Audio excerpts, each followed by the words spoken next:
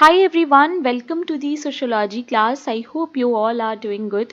So in today's class we are going to solve NET JRF paper of December 2015.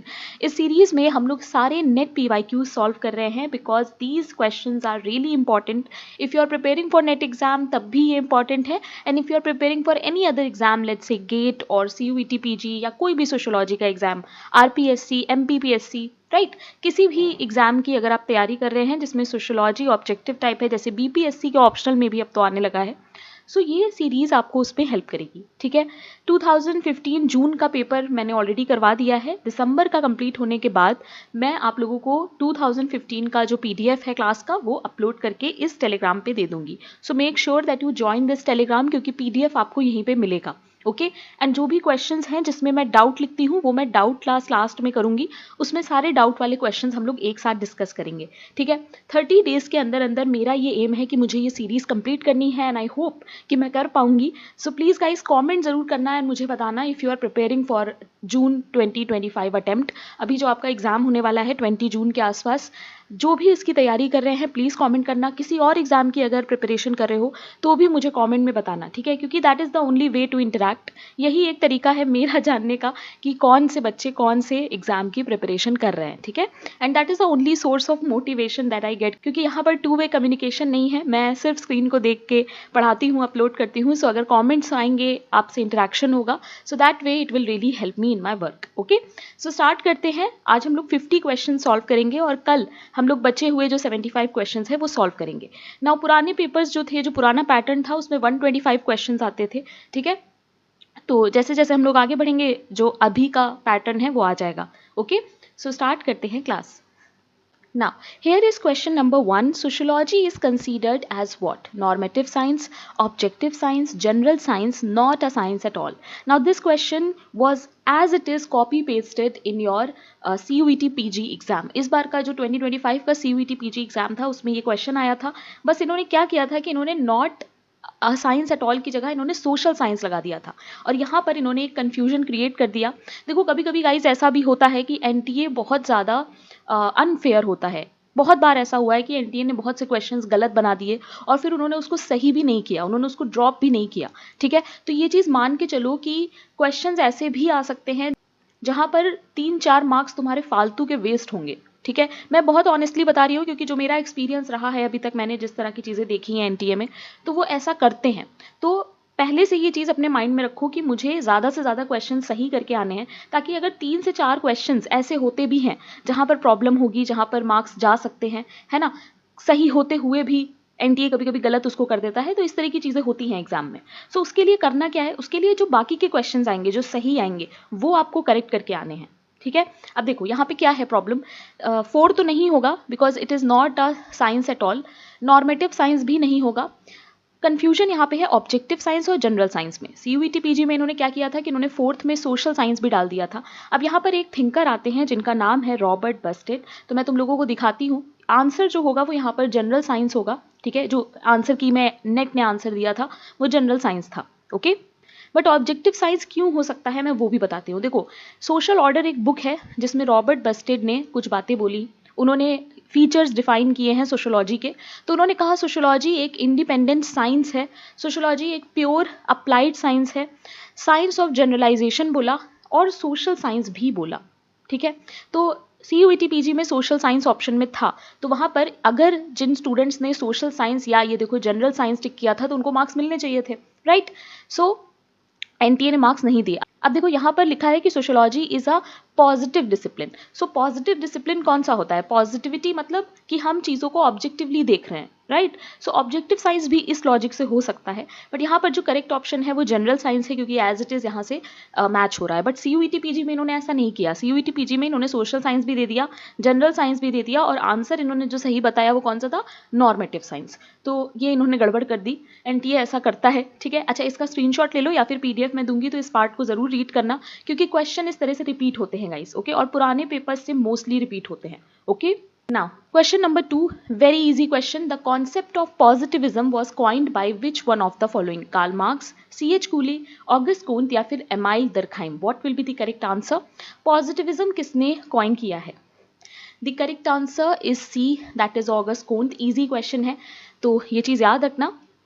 August Comte is also your father of sociology और इनकी एक बहुत important book है that is course in positive philosophy, right. So he is the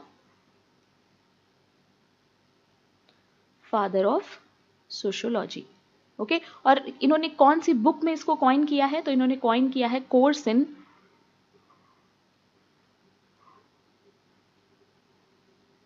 positive philosophy,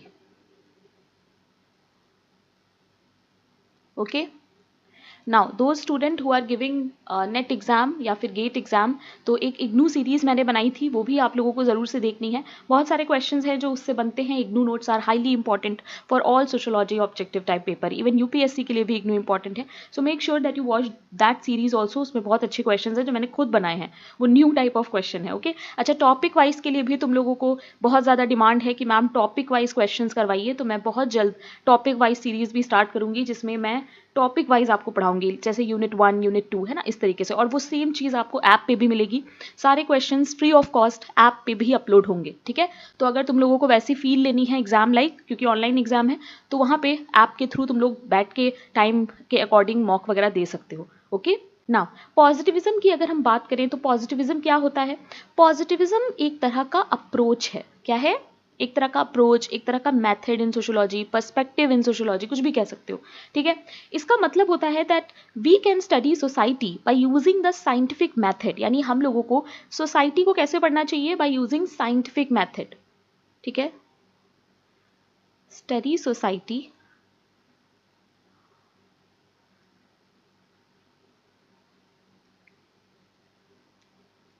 by using scientific method.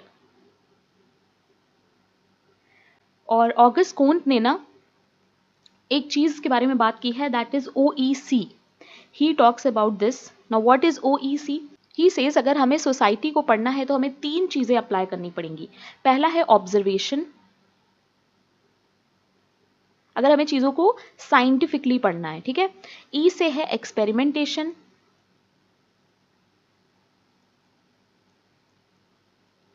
और last है comparison. सी से है comparison. तो ये चीज याद रखना, कभी कभी एग्जाम में पूछ लेते हैं, ठीक है। सो ऑगस्ट कोंत का ऐसा कहना था कि अगर हमें सोसाइटी को साइंटिफिकली पढ़ना है तो हमें ये OEC को फॉलो करना पड़ेगा, okay. Please remember. Now question number 3, methods of sociology.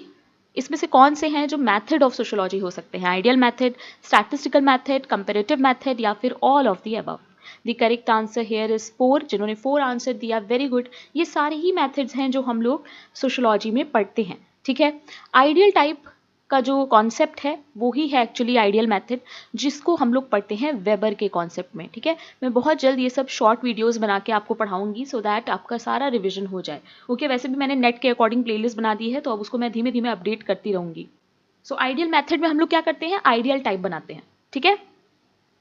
Comparative method की अगर हम बात करें तो कंपेरेटिव मेथड में जो थिंकर इंपॉर्टेंट है वो है amyl Durkheim, okay. Please remember क्या होता है ये? यहां पर हम लोग कंपेयर करते हैं अलग अलग सोसाइटी को या सोशल ग्रुप को, ठीक है। Compare different society, okay.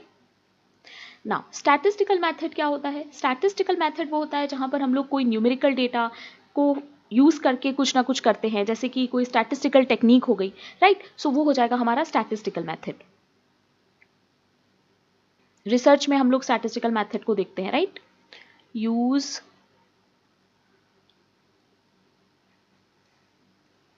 Numerical data and statistical technique, जैसे मीन हो गया, मोड हो गया, राइट। और भी बहुत सारी टेक्निक्स होते हैं। रिसर्च की प्लेलिस्ट में मैं आपको ये सारी चीज़ें शॉर्ट में पढ़ाऊंगी, okay. Now question number 4, an example of community is what? A trade union, varna, a political party या फिर ट्राइबल ग्रुप। इसमें से कम्युनिटी का एग्जाम्पल कौन सा होगा ना? कम्युनिटी और उसके फीचर गाइस बहुत इंपॉर्टेंट है क्योंकि आपसे एग्जाम्पल बेस्ड क्वेश्चन एग्जाम में पूछे जाएंगे, ठीक है। इंस्टीट्यूशन का एग्जाम्पल, एसोसिएशन का एग्जाम्पल, ये सारे बहुत इंपॉर्टेंट होते हैं। नॉर्म्स और वैल्यूज का एग्जाम्पल। सो बेसिक कॉन्सेप्ट का जो यूनिट है ना, वहां से बहुत सारे एग्जाम्पल बेस्ड क्वेश्चन बनते हैं। Okay, what will be the correct answer? The correct answer here is D, that is tribal group. Tribal group को हम लोग कम्युनिटी कह सकते हैं क्योंकि वहां पर एक सेंस ऑफ यूनिटी होती है। जो ट्राइबल पीपल होते हैं उनके बीच में एक सेंस ऑफ यूनिटी होती है, ठीक है। इसके अलावा लोकेलिटी एक फीचर है जो बहुत इंपॉर्टेंट होता है कम्युनिटी में। देन सेंटिमेंट बहुत इंपॉर्टेंट है। ग्रुप ऑफ पीपल बहुत इंपॉर्टेंट है, लोगों का ग्रुप होना जरूरी है। Common life is also there and a particular name. किसी भी कम्युनिटी का एक पर्टिकुलर नेम होता है गाइस, प्लीज रिमेंबर।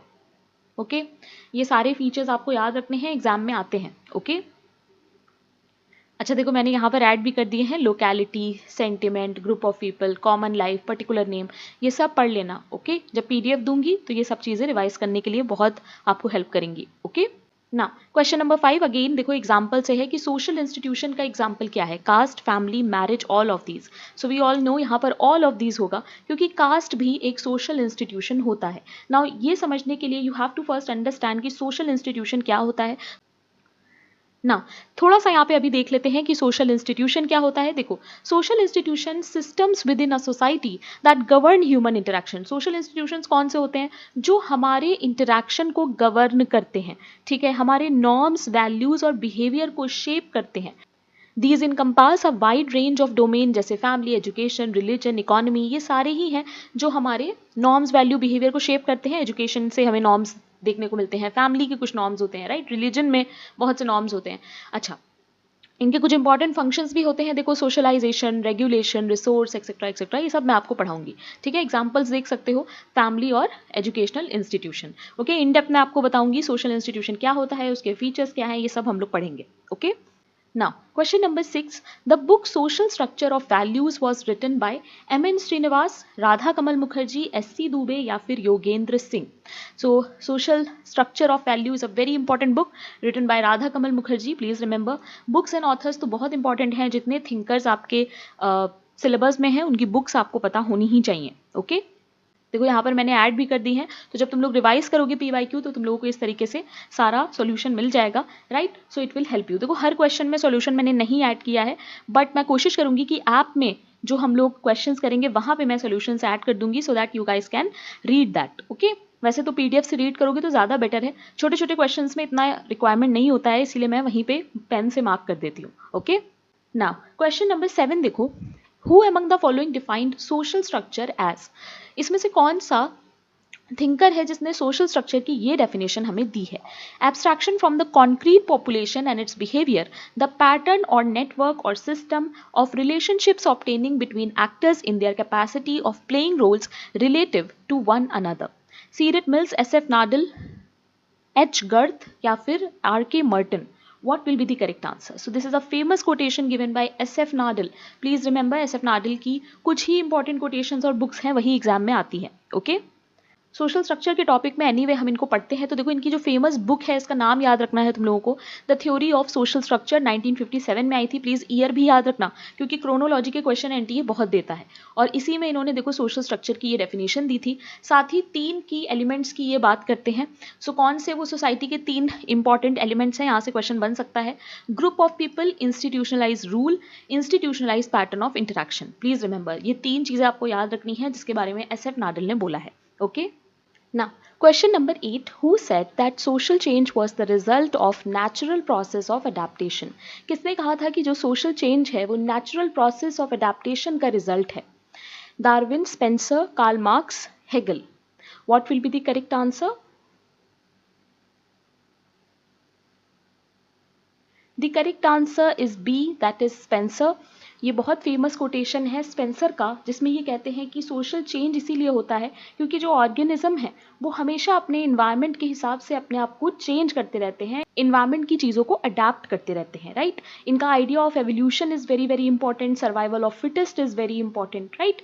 डार्विन की अगर हम बात करें तो इन्होंने एवोल्यूशन की बात की है, बट इन्होंने बायोलॉजिकल टर्म्स में एवोल्यूशन की बात की है। Okay, please remember evolution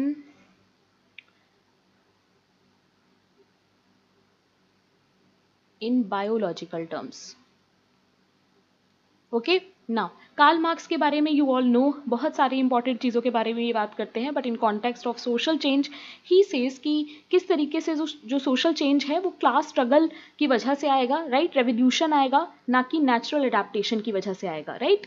Hegel जबकि बात करते हैं डायलेक्टिकल प्रोसेस की, राइट। सो मार्क्स जो है बात करते हैं कंप्लीट ट्रांसफॉर्मेशन की, रेवोल्यूशन की।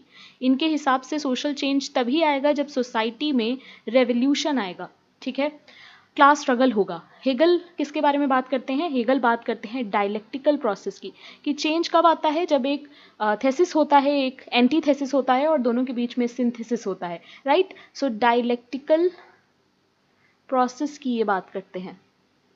ये सब कीवर्ड्स हैं गाइस जो आपको याद रखने हैं, एग्जाम में आते हैं। तो जैसे जैसे क्लास हो रही है प्लीज़ एक रफ पेज लेके बैठो, पेपर का नाम डालो 2016, 2015 जो भी पेपर हम लोग सॉल्व कर रहे हैं, और उसमें बस marks, revolution, Hegel, dialectical process, ऐसे ऐसे कीवर्ड्स लिखते चलो।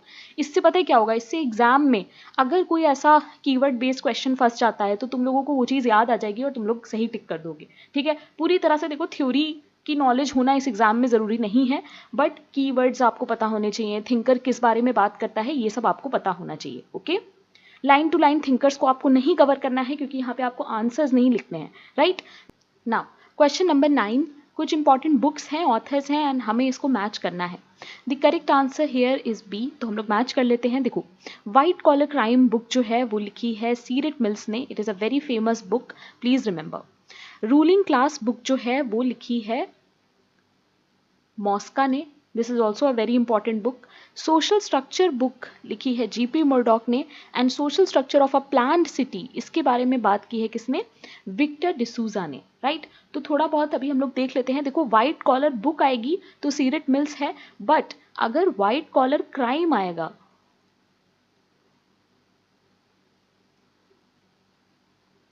तो फिर हम लोग किसके साथ जाएंगे?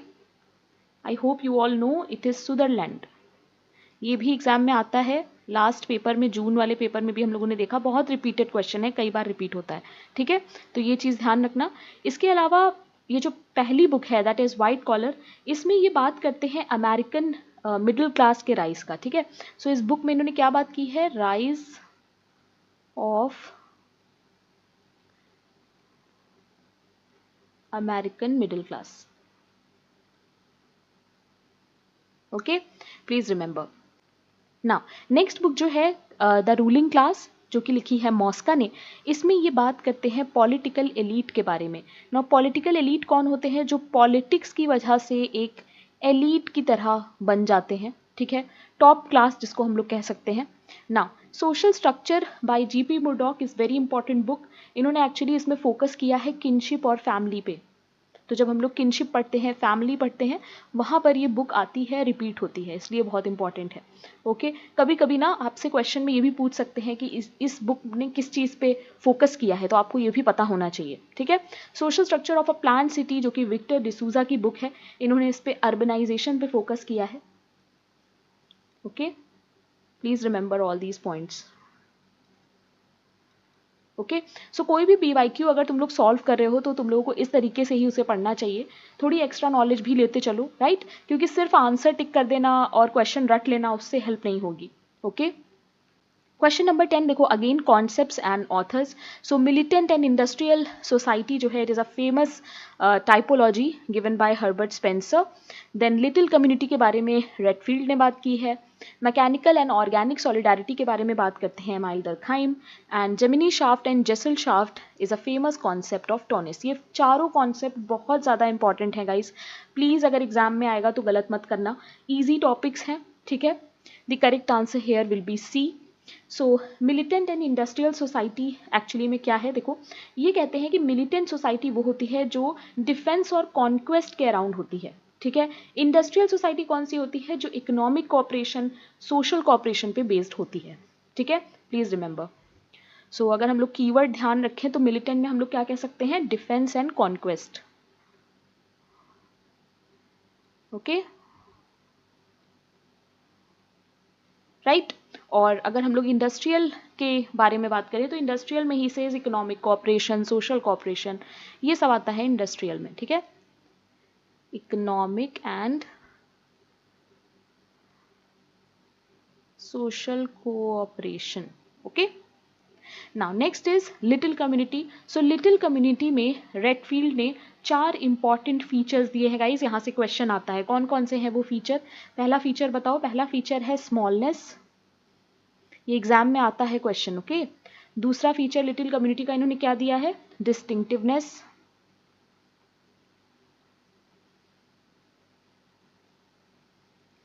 थर्ड क्या है, सो थर्ड है homogeneity.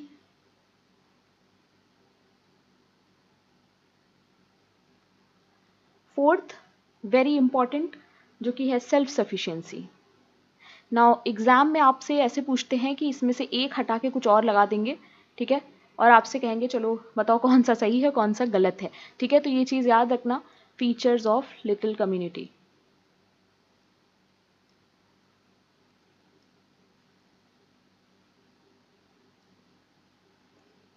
Little and great community की ये बात करते हैं, बट लिटिल कम्युनिटी के ही सिर्फ इन्होंने फीचर्स दिए हैं, so these are really really important, okay.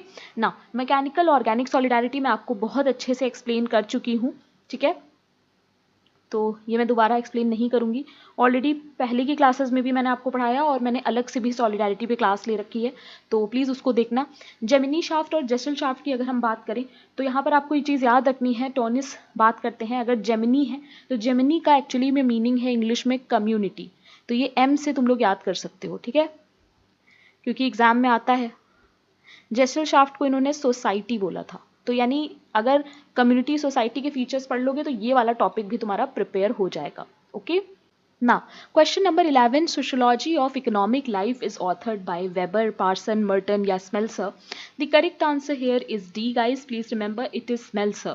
And book का year आपको याद रखना है, as I always say, it is 1963. Okay, weber की बुक नहीं है ये, वेबर की बुक का नाम क्या है, economy and society. Now one student have to tell me इसका ईयर, आप लोग कमेंट में मुझे बताइएगा so that I can pin the comment, okay. और एक और बुक है सोशियोलॉजी ऑफ इकोनॉमिक लाइफ की, सेम टाइटल, ठीक है, तो ये चीज़ याद रखना, सेम टाइटल पे एक बुक और है, उसका जो पब्लिकेशन ईयर है वो याद रखना, दैट इज 1992, ओके। तो जब हम लोग इकोनॉमी और सोसाइटी पढ़ते हैं वहां पर ये बुक आती है, and this book is written by Mark Granovetter, okay. So Mark Granovetter की बुक है 1992 की with same title, so please confuse मत होना, एग्जाम में स्मेल्सर की जगह ग्रेनोवेटर लिख के आ जाएगा, तो please don't confuse, okay. Now question number 12, cognates means kin through what, female, male, both 1 and 2। ना यहाँ पर अगर कॉग्नेट का मीनिंग नहीं भी पता है तो ये तो पता है कि जब किसी के आगे को लगता है, जैसे कोएड है ना, कोएड स्कूल्स होते हैं तो वहाँ पर मेल फीमेल दोनों होते हैं, सो the correct answer will be 3, that is both 1 and 2। सो इस तरह से लॉजिक लगा के भी तुम लोग कर सकते हो। सो क्या होता है कॉग्नेट का मतलब, कॉग्नेट का मतलब होता है जब हम अपने जो किन्स हैं, जो अपने लीनियज है, ठीक है, उसको हम लोग फादर के साइड से भी देख रहे हैं यानी पेट्रीलिनियल, और मदर के साइड से भी देख रहे हैं यानी कि मेट्रीलिनियल, ठीक है। और अगर सिर्फ आएगा पेट्रीलिनियल या ओनली मेल लाइन आएगा अगर एग्जाम में, अगर ये पूछेगा ओनली मेल लाइन तो कॉग्नेट नहीं होगा, तो क्या होगा, agnatic, okay. Please remember this, exam में आता है। Question number 13, who regarded the state as a committee for managing the common affair of whole bourgeois। ना यहाँ पर bourgeois देख के ही तुम लोग समझ जाओगे क्या है answer, Robert Dahl, Vilfredo Pareto, Karl Marx या फिर C Wright Mills? The correct answer is 3, that is Karl Marx. Bourgeois was the keyword here. Bourgeois proletariat के बारे में कार्ल मार्क्स बात करते हैं, राइट? ये इनका फेमस कोटेशन है. और ये किस में इन्होंने बोला है ये भी याद रखना, क्योंकि अब एग्जाम में थोड़ा लेवल अप हो रहा है. क्वेश्चन ये भी आ जाता है कि ये कोटेशन कौन सी बुक से है. सो बुक का नाम है the communist manifesto. Okay, 26 thinker के सारे बुक्स आप लोगों को पढ़ने हैं गाइज. ओके, बहुत इंपॉर्टेंट है. 1848 में ये बुक आया था. ओके, सो पूछा जाएगा तो प्लीज़ ये चीज़ ध्यान रखना. इसका मतलब क्या है? इसका मतलब है कि जो स्टेट है वो सिर्फ और सिर्फ कैपिटलिस्ट क्लास का इंटरेस्ट सर्व करता है. ठीक है, तो ये चीज़ भी याद रखना. State is to serve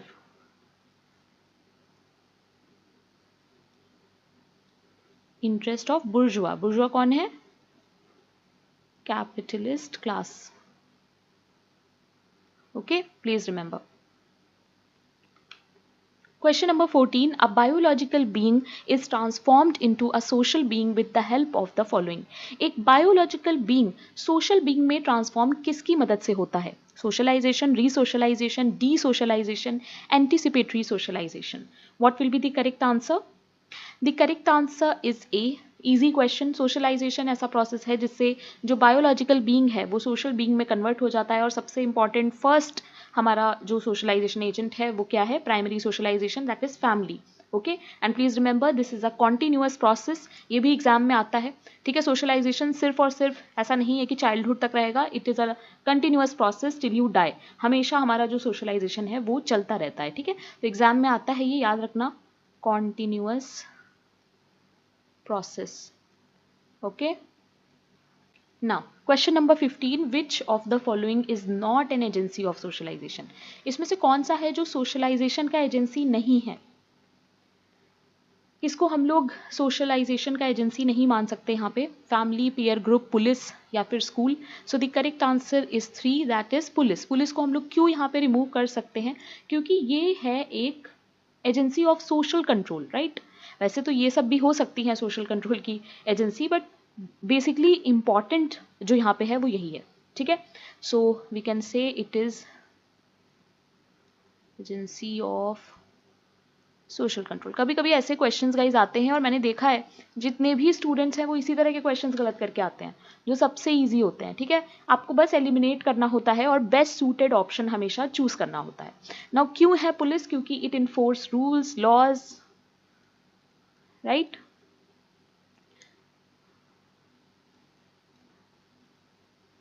So basically we can say it is a type of formal social control. ठीक है, दो तरह के होते हैं ना, फॉर्मल होता है एक, इनफॉर्मल होता है. Okay, question number 16. Socialization process is more effective if the agent's behavior is what? Based on understanding, based on sympathy, based on feeling, all of these. ना ये थोड़ा सा कंफ्यूजिंग हो सकता है बहुत सारे स्टूडेंट्स के लिए, बट यहाँ पर जो करेक्ट ऑप्शन है गाइज वो है डी. ओके, सारे ही सही हैं. अगर सोशलाइजेशन प्रोसेस को इफेक्टिव बनाना है तो जो भी एजेंट है वो उसका जो बिहेवियर है वो अंडरस्टैंडिंग पे बेस्ड होना चाहिए, सिंपैथी पे होना चाहिए, फीलिंग पे होना चाहिए, right?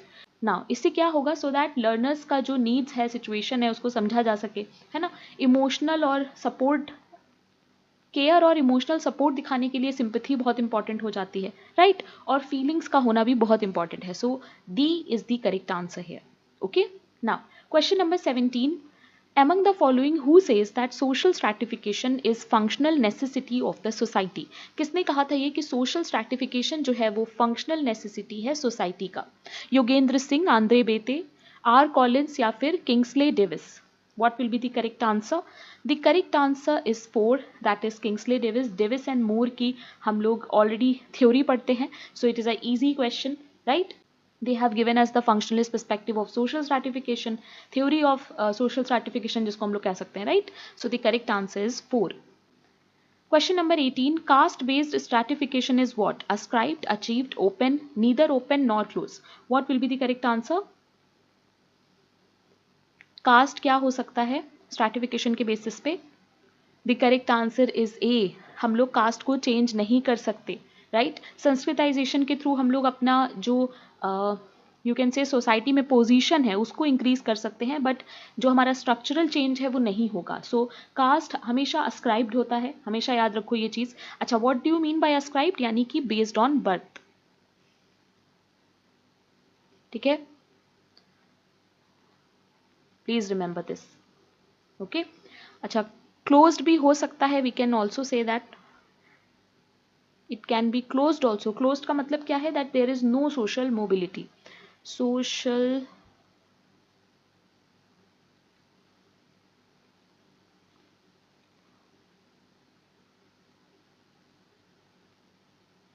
is restricted. Okay, please remember. Now, question number 19, the consequence of Sanskritization is what? Structural change in caste, cultural mobility of a caste, change in caste ideology, या फिर change in religious system. So we all know कि Sanskritization का जो result होता है, जो consequence होता है, वो होता है cultural mobility of caste. Culturally आपका जो caste है वो change हो सकता है, but स्ट्रक्चरल चेंज कभी नहीं होता है गाइस, प्लीज रिमेंबर। आपका कास्ट वही रहेगा, बस एक सोसाइटी में आपका पोजीशन जो है वो बेटर हो जाएगा, यानी कल्चरल मोबिलिटी पॉसिबल है, ठीक है। आप अपर कास्ट कल्चर की वैल्यूज को, चीज़ों को अडॉप्ट करोगे, बट आपका जो मेन कास्ट है वो वही रहेगा। तो कास्ट की आइडियोलॉजी में कोई चेंज नहीं होगा, रिलीजियस सिस्टम में ऑफकोर्स कोई चेंज नहीं होगा। So the correct answer will be B. Okay, Question number 20, which model of change suggests that change occurs through conflict and resolution? इसमें से कौन सा मॉडल ऑफ चेंज है जो ये कहता है कि जितना भी चेंज है वो कॉन्फ्लिक्ट और रेजोल्यूशन की वजह से आता है? एवोल्यूशनल, डायलेक्टिक, साइक्लिकल या फिर progressive? The correct answer is B, that is dialectic. Please remember, dialectic में क्या होता है? डायलेक्टिक चेंज में क्या होता है? It is a art of investigating और discussing the truth of opinion. तो सबसे पहले तो आपको ये चीज़ याद रखनी है, एग्जाम में आपसे पूछ सकते हैं, ठीक है। सो डायलेक्टिक के बारे में मैंने क्या बोला? सिंपली अगर हम बहुत सिंपल वर्ड्स में कहें तो it is art of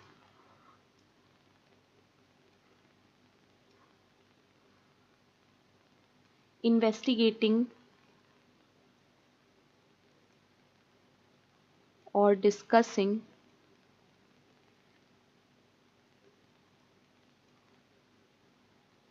the truth of opinion. Okay, so dialectic में क्या होता है? एक होता है थेसिस,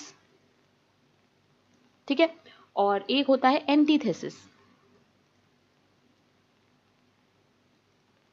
ओके, थेसिस क्या होता है? समथिंग दैट इज एग्जिस्टिंग, ठीक है, कोई भी एग्जिस्टिंग कंडीशन आपका थेसिस हो सकता है। ओके, एंटीथेसिस क्या होता है? ये उसका अपोजिशन होता है, ठीक है, उसका उल्टा, ठीक है। और सिंथेसिस क्या होता है? सिंथेसिस मतलब जो नया हमें चीज मिलती है because of resolving the conflict, ठीक है। सिंथेसिस क्या है? It is, you can say, the result of a conflict. This is new, कोई नया फिनोमिना एज फॉर्म्ड। कैसे फॉर्म होता है ये? By resolving the conflict.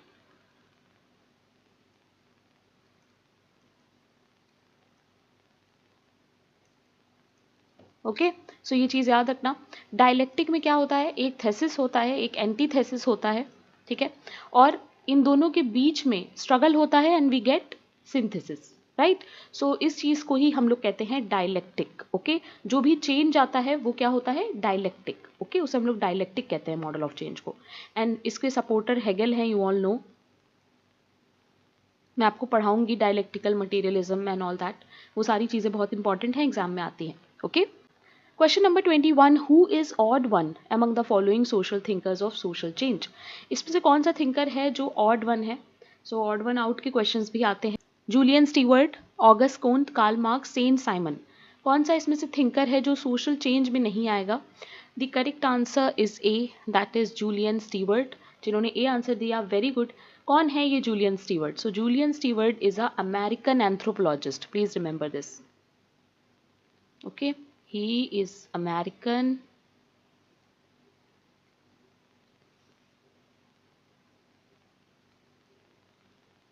American anthropologist. Okay, अच्छा ये किस चीज़ के लिए फेमस हैं ये भी आपको पता होना चाहिए। He is famous for his theory of cultural ecology. So environment वाले यूनिट में हम लोग जूलियन स्टीवर्ट को पढ़ते हैं, ठीक है। सो इनकी थ्योरी कौन सी है?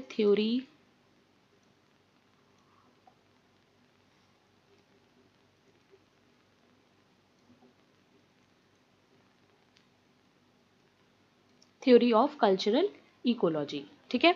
इसमें ये बात करते हैं मल्टी लीनियर एवोल्यूशन की।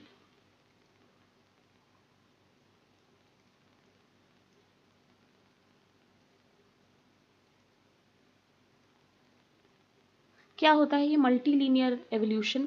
कैसे इन्वायरमेंट जो है वो अडेप्ट करता है चीज़ों को, ठीक है, और सोशल चेंज को इन्फ्लुएंस करता है। So he talks about multi linear evolution. Please remember these keywords. Okay, question number 22, who was of the opinion that revolutions are locomotives of history? ये तो बहुत ईजी क्वेश्चन है, कई बार रिपीट हो चुका है। Please remember it is Karl Marx जिन्होंने ये कोटेशन बोला था, ठीक है। इनका कहना था कि जो भी रेवोल्यूशन है वो ही सारा हिस्टोरिकल प्रोग्रेस जो है उसको डिराइव करता है। यानी जितना भी हिस्टोरिकल प्रोग्रेस हुआ है वो किसकी वजह से हुआ है? रेवोल्यूशन की वजह से, ठीक है। सो सिंपल टर्म्स में ये चीज याद रखना, he said revolutions derive historical progress.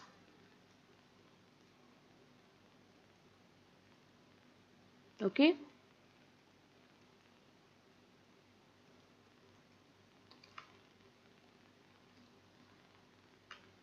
question number 23, who is said to be the founder of structuralism in sociology and social anthropology?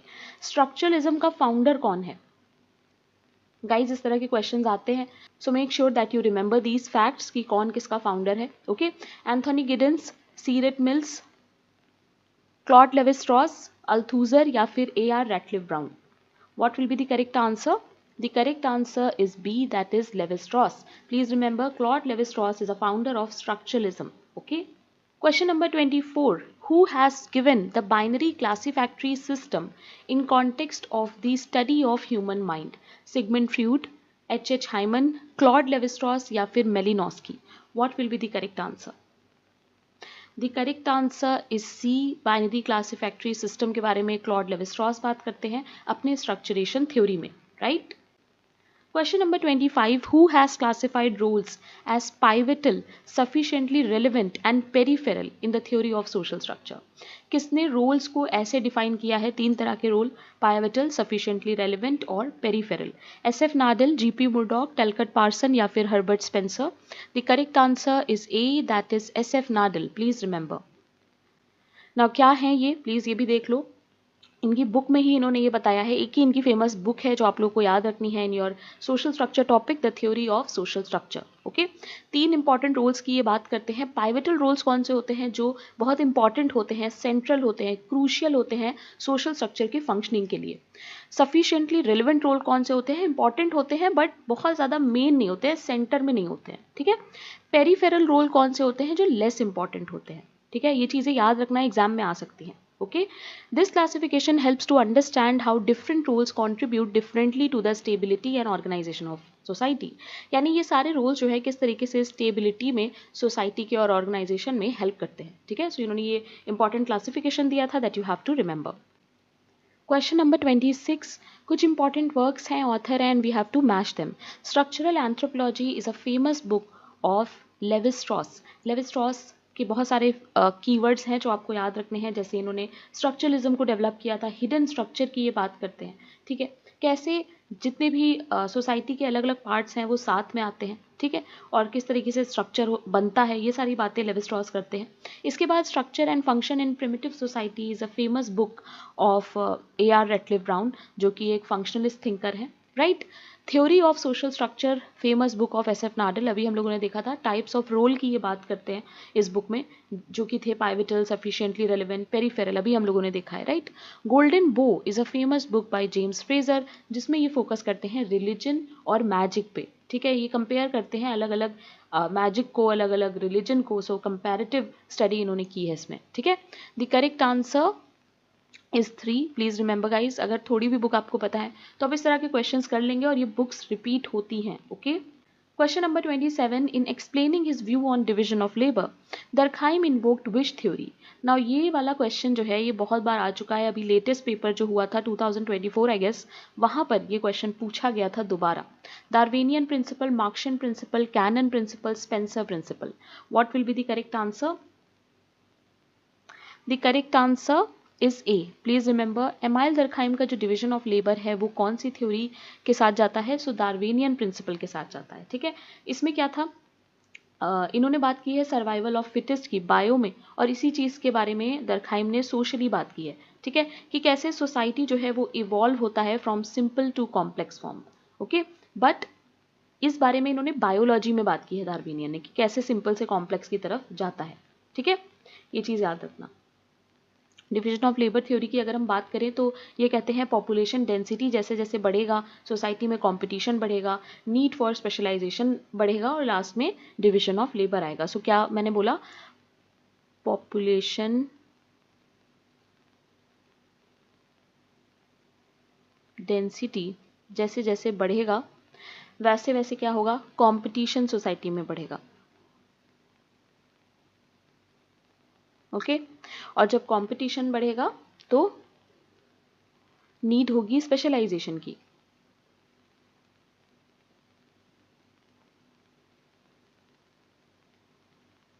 Right, और नीड फॉर स्पेशलाइजेशन की वजह से क्या होगा? हमें डिवीजन ऑफ लेबर की जरूरत पड़ेगी। Right, so the correct answer will be A, that is Darwinian principle, जिन्होंने यही बात की थी बायो में कि कैसे हम लोग सिंपल से कॉम्प्लेक्स की तरफ मूव करते हैं। Right, you all know. इसको एमाइल दरखाइम ने क्या बोला था? मैकेनिकल टू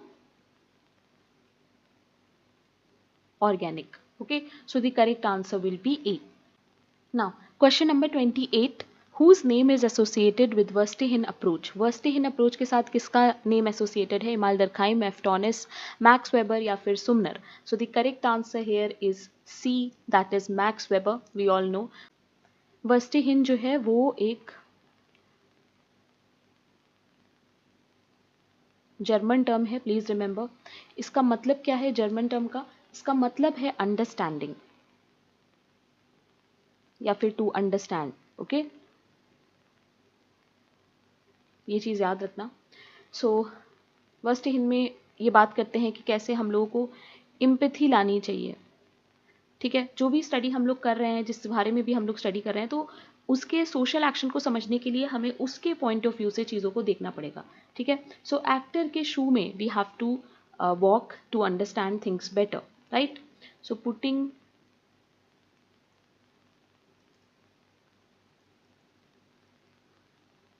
yourself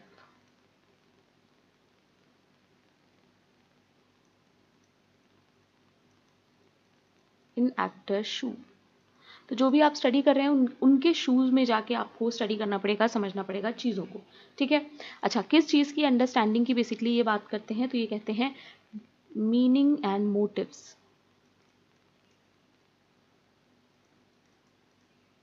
ठीक है, जो भी मीनिंग है, मोटिव है बिहाइंड पीपल्स एक्शन, यानी लोगों के एक्शन के पीछे का मोटिव क्या है। ठीक है, ये चीज़ याद रखना। सिर्फ ऊपर ऊपर से हमें नहीं ऑब्जर्व करना है, not just observe behaviour from outside. ठीक है, कोई भी स्टडी आप कर रहे हो तो आपको बस बाहर बाहर से ही उनका बिहेवियर नहीं स्टडी करना है, आपको उनके शू में इंटर करना पड़ेगा to understand things better. Okay, please remember this guys, ये एग्जाम में आता है और empathy is a very important keyword. ठीक है, एग्जाम में आता है, एम्पैथी आपसे पूछेगा एंड आप गलत करके आओगे, सो ये सारी बातें याद रखना। Okay, now question number 29, of the following who has written on self fulfilling prophecy? self fulfilling prophecy किसका है? Parsons, Merton, max weber, Pareto. The correct answer is B, that is R.K. Merton. Please remember, self fulfilling prophecy R.K. Merton का है। ठीक है, and क्या होता है ये अभी हम लोग देखते हैं। देखो, सेल्फ फुलफिलिंग प्रोफेसी का मतलब है इट इज़ अ बिलीफ और expectation that influence individual to act in ways that make the belief come true, thereby confirming the initial expectation. यानी अगर मैंने आपसे कुछ एक्सपेक्ट किया है एंड आप उसको पूरा कर देते हो, ठीक है, that is self fulfilling prophecy. Okay, जैसे देखो, a self fulfilling prophecy begins with a prediction और expectation which consciously or unconsciously influence individuals behavior, leading them to act in certain ways aligned with prediction। यानी जो भी चीज आपसे expect की गई है आप उसको अगर कर दोगे, that is self fulfilling prophecy. अब मान लो मैंने कहा कि तुम कभी भी नेट क्वालिफाई नहीं कर सकते हो, ठीक है, आपने ये चीज मान ली कहीं ना कहीं अपने अनकॉन्शियस या कॉन्शियस माइंड में, एंड आप उसके बाद पढ़ना बंद कर दोगे क्योंकि आपको लगेगा मैम ने तो बोल ही दिया है कि मेरा नहीं होना है, ठीक है। सो ये क्या है, self fulfilling prophecy.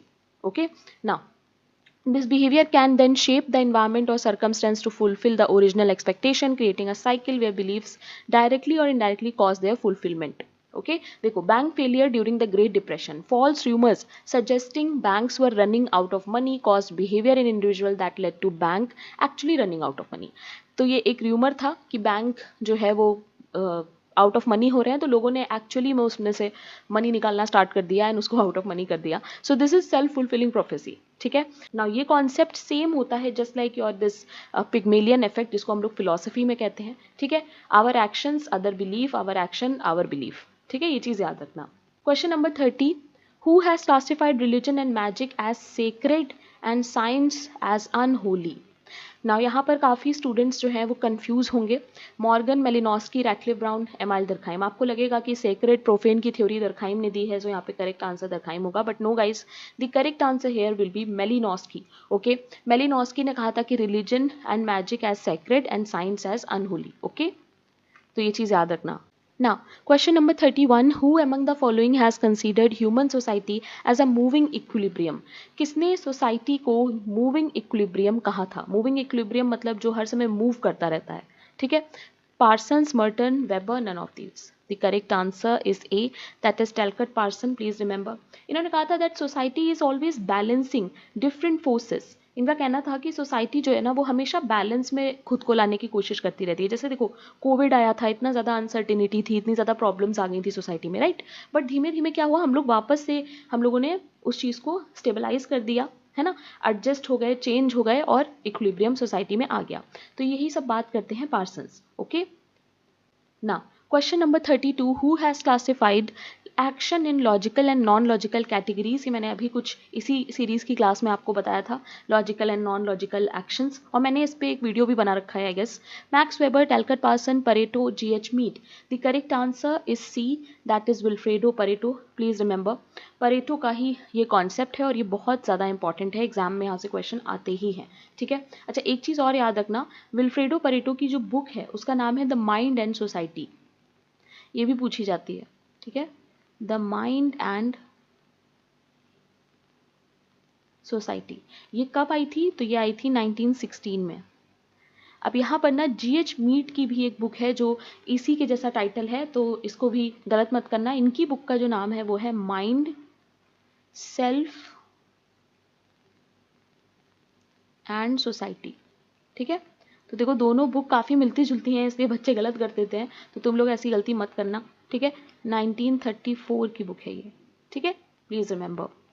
Question number 33, symbolic interactionism is a sociological perspective that places emphasis on macro level social interaction, micro scale social interaction, interactions between social and non-social entities, none of the above.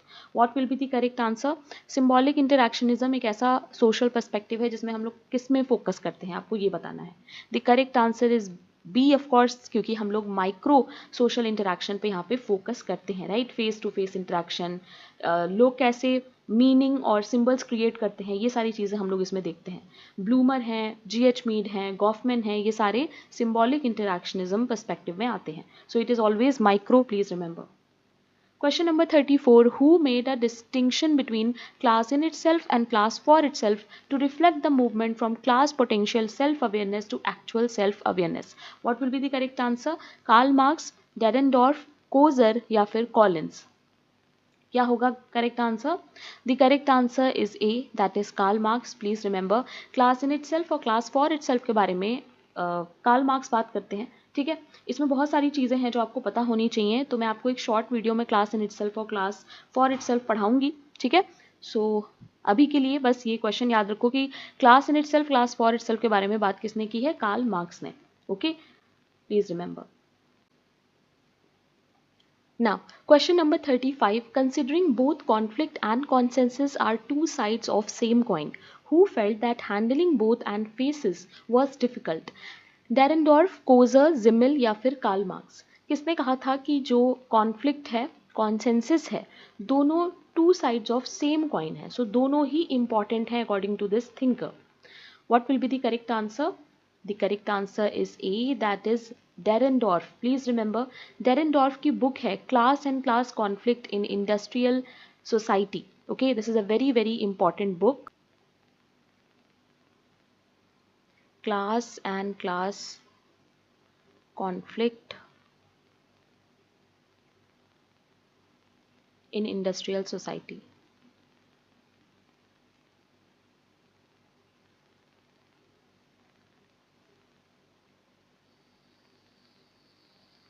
Okay, please remember this book, it is a very famous book. इसमें ही इन्होंने ये बात बोली है। ठीक है, so exam में book भी आती है guys, so please remember. Question number 36, who made it clear that focus on conflict should not be ideological? ठीक है, it should not be ideological but rather it should focus on central process in social life on realistic ground. किसने कहा था ये? Coser, Collins, Dahrendorf, Simmel? The correct answer here is B. It is a famous quotation given by Collins. Please remember. Okay. So देखो यहाँ पर ये चीज़ mention भी है कि Randall Collins contribution to conflict theory was to add a micro level to the macro theories. इन्होंने एक micro level add किया है। ठीक है, याद रखना ये।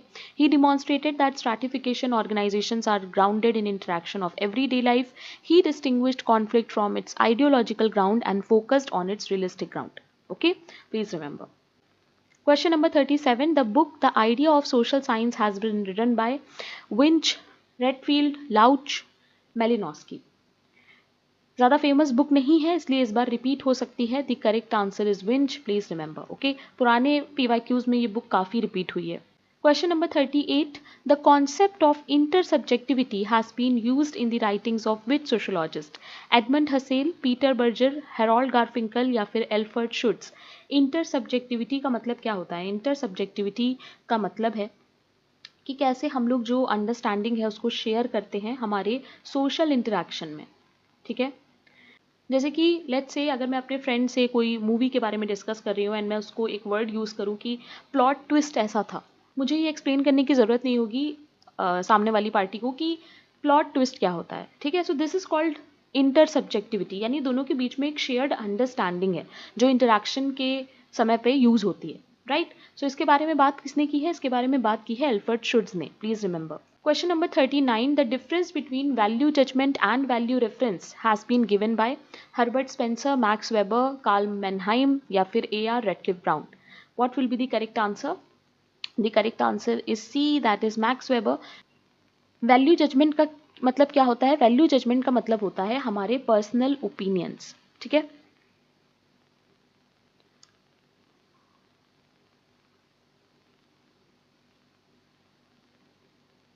सो पर्सनल ओपिनियंस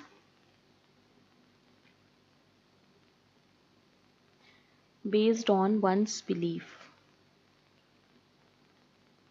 ओके, हमारे जो वैल्यूज़ हैं, हमारे जो पर्सनल ओपिनियन है वो होते हैं वैल्यू जजमेंट। वैल्यू रेफरेंस क्या होता है? वैल्यू रेफरेंस का मतलब होता है एक्नॉलेज करना कि जो वैल्यू है वो हमें कहाँ तक यूज़ करनी है। ठीक है, हमारे रिसर्च ऑब्जेक्टिव चूज़ करने तक ही हमें बस वैल्यू यूज़ करनी चाहिए, उसके बाद नहीं करनी चाहिए। So that is your value reference. Okay, so we can say acknowledging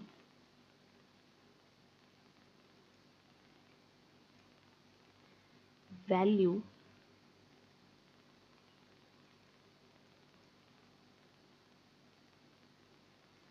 without letting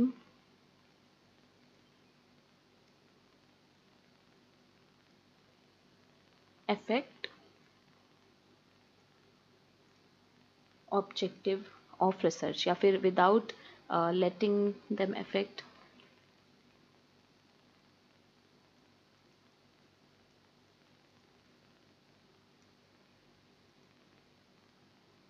so max weber क्या कहते हैं कि टॉपिक चूज करने तक, ठीक है,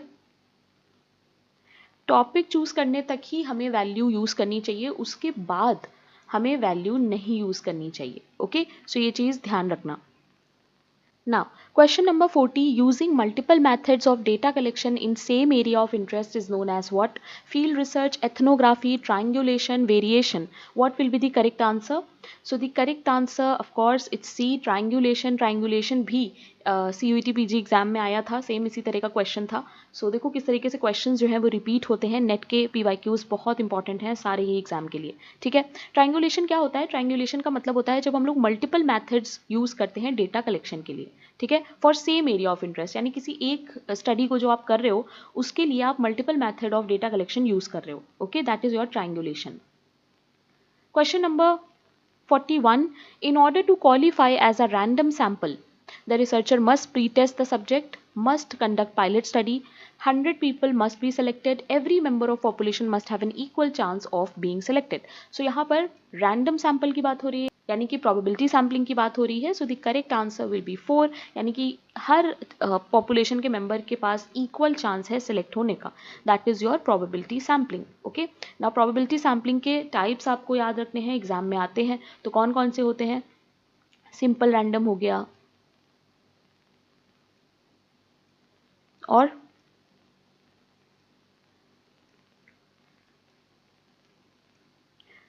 कौन सा होता है? सिस्टमैटिक सैम्पलिंग होता है, स्ट्रैटिफाइड।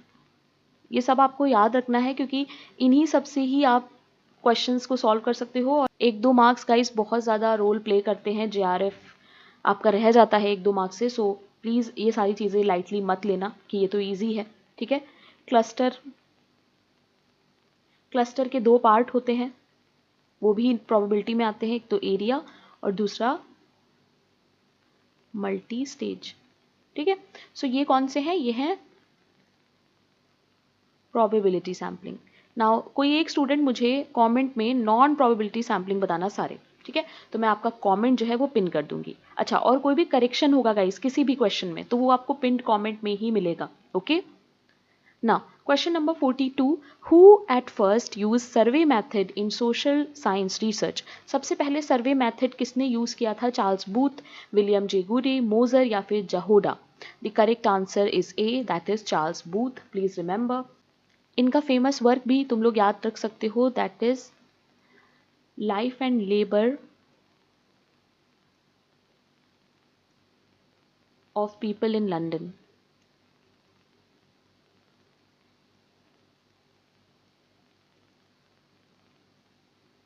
ठीक है, प्लीज रिमेंबर 1889 में ये आया था। सो ये चीज़ ध्यान रखना, इनका फेमस वर्क, ठीक। अच्छा, एग्जाम में एक क्वेश्चन और आपसे पूछते हैं, that is father of modern survey. So father of modern survey में क्या होगा? The correct answer will be Paul Lazarsfeld. Okay, exam में ये क्वेश्चन आता है guys, so please remember, modern survey के फादर पूछेगा तो पॉल लेजरफेल्ड, और अगर सर्वे मेथड फर्स्ट टाइम किसने यूज किया पूछेगा तो चार्ल्स बूथ। और इनकी जो बुक है ये भी आपको याद रखनी है, life and labour of people in London, 1889। Okay, question number 43, which research method can be used most appropriately for objective, quantitative and systematic study of communication material? किस बारे में यहाँ पे बात हो रही है? Observation, oral history, interview schedule या फिर content analysis? The correct answer is D, that is content analysis. Content analysis में हम लोग बहुत सारे तरीके से जो स्टडी है उसको कर सकते हैं, राइट। ऑब्जेक्टिव होती है, क्वांटिटेटिव होती है, सिस्टमैटिक होती है, और कम्युनिकेशन मटीरियल इसमें जो है वो यूज होता है। So it helps researcher to count, categorise and analyse patterns और थीम्स इन कम्युनिकेशन। ये चीज़ हम लोग पढ़ते हैं कंटेंट एनालिसिस में। ओके, बाकी जो यहाँ पे है ना वो मोस्टली यहाँ पे क्वालिटेटिव की बात हो रही है, और कंटेंट एनालिसिस क्वांटिटेटिव होता है बेसिकली। तो ये चीज़ आपको ध्यान रखनी है, एग्जाम में आती है। Okay, question number 44, where did Andre Beteille conduct his field work for his study of caste, class and power? Rampura, Sripuram, Khalapur and Kishangarhi. Andre Beteille ने किस पे स्टडी किया है, इसमें जो इनका वर्क है on caste, class and power. He was influenced by Max Weber, you all know. What will be the correct answer? The correct answer is B, that is Sripuram. ये चीज़ याद रखना, और जिसने भी जहाँ जहाँ स्टडी की है इसकी एक लिस्ट बनाते रहो क्योंकि एग्जाम में ये आती है. Okay. Now, question number 45. Who is the author of the book Street Corner Society? Street Corner Society किसकी बुक है? FM Thrasher, WF White, GC Homans या फिर Redfield? स्ट्रीट कॉर्नर सोसाइटी से कई बार बुक आ चुकी है. It is Whyte, please remember, William Foote Whyte. Okay. Question number 46. The assumption of class interval in case of median is what? Now इस तरह के क्वेश्चंस आते हैं और मैं बहुत जल्द आपके लिए एक स्टैटिस्टिक्स का क्लास लेने वाली हूँ जिसमें हम लोग सारे स्टैटिस्टिक्स के क्वेश्चंस करेंगे नेट के, क्योंकि these are so important even for CUET PG also. बहुत सारे स्टैटिस्टिक्स के क्वेश्चन आते हैं और गलत हो जाते हैं. ठीक है. सो थ्योरी जितना भी है स्टैटिस्टिक्स का वो हम लोग PYQ के थ्रू उसमें कवर करेंगे. ठीक है. थोड़ा टाइम मुझे देना, कंटेंट बनाने में गाइस टाइम लगता है. ओके. सो क्या होगा इसका answer? Assumption of class interval in case of median, यानी मीडियन जब हम लोग निकालते हैं तो क्लास इंटरवल कैसा होता है, ये है आपका क्वेश्चन. The correct answer is A. All frequencies are spread between true limits of class interval. ठीक है. ये चीज़ याद रखना. अब बहुत ज़्यादा देखो स्टैटिस्टिक्स में हम नहीं जा सकते हैं यहाँ पे क्योंकि आपको नहीं समझ में आएगा, बट जब हम लोग स्टैटिस्टिक्स पढ़ेंगे तो वहाँ पर हम लोग इसको करेंगे. एक चीज़ करना कि जितना भी स्टैटिस्टिक्स का थ्योरी है, कोई भी बुक उठा लो स्टैटिस्टिक्स की, basic book, 12th level book, जिसमें सारा थ्योरी दिया होता है, वो थ्योरी पढ़ लो, वहाँ से क्वेश्चन बनते हैं. ठीक है. सॉल्व करने के लिए क्वेश्चन नहीं आएगा बट थ्योरी से क्वेश्चन आते हैं. ओके. Question number 47. जैसे देखो यहाँ पर इंटर क्वार्टाइल रेंज का मीनिंग पूछ लिया है, तो ये मीनिंग आपको स्टैटिस्टिक्स के जो बेसिक नोट्स होते हैं, मीनिंग वगैरह होता है, जहाँ थ्योरी होता है, वहाँ पे आपको मिल जाएगा. ठीक है. The correct answer here is C, that is variation from first quartile point to third quartile point. अच्छा, यहाँ पे क्या है ना कि IQR का एक फॉर्मूला ही होता है, that is Q3 minus Q1. तो देखो यहाँ पे दिया है ना first quartile point to third, right. So फॉर्मूले वगैरह से भी आप लोग क्वेश्चंस कर सकते हो. The correct answer will be 3. Question number 48. Validity मतलब क्या होता है? Reliability, validity, very important concept. Validity का मतलब क्या होता है? The extent to which a measure और method of data collection possesses the quality of being true, the extent to which a method of data collection possesses the quality of being sound, both 1 and 2 या none of the above. The correct answer is C guys. Please remember it is both 1 and 2. Okay, दोनों ही सही है. Validity का मतलब होता है कि जो भी आपका कलेक्टेड डेटा है वो कितना ट्रू है. ठीक है. एंड जो भी आपका जो मेथड है वो कितना साउंड है. ठीक है. तो अगर बार बार आपका जो आंसर है वो सही आ रहा है, that is valid. Okay, validity. So the correct answer will B C. Question number 49. D schooling society किसकी बुक है? Very important in your education topic. The correct answer is Ivan Ilyich. Okay, I hope आप लोगों को ये पता होगा. Very very important. ना यहाँ पर एमाइल दरखाइम की भी बुक है एजुकेशन से रिलेटेड, और इन्होंने मॉरल एजुकेशन की बात की है, तो ये भी याद कर लेना. ठीक है. इसके अलावा कृष्ण कुमार की भी बुक है एक एजुकेशन से related. Now you have to find and tell me in the comment section. Okay.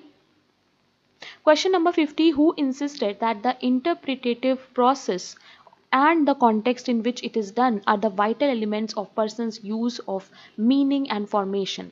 किसने बोला है ये?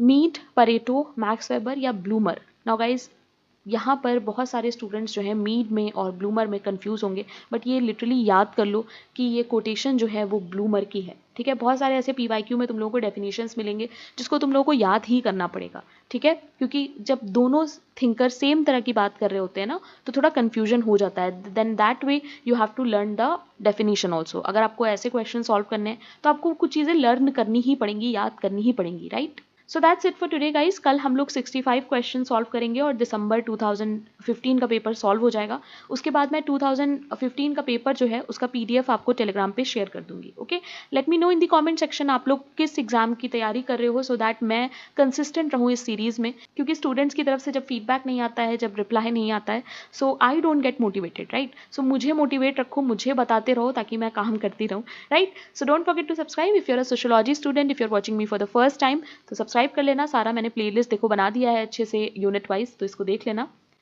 एंड ये टेलीग्राम जरूर से ज्वाइन करना, यहीं पर PDF मिलेगा. ठीक है. ये मेरा पर्सनल टेलीग्राम है. अगर कोई भी डाउट होता है, कुछ पूछना है तो मुझसे यहाँ पे पूछ सकते हो. ओके, तो कल मिलते हैं. Thank you very much guys. Keep learning.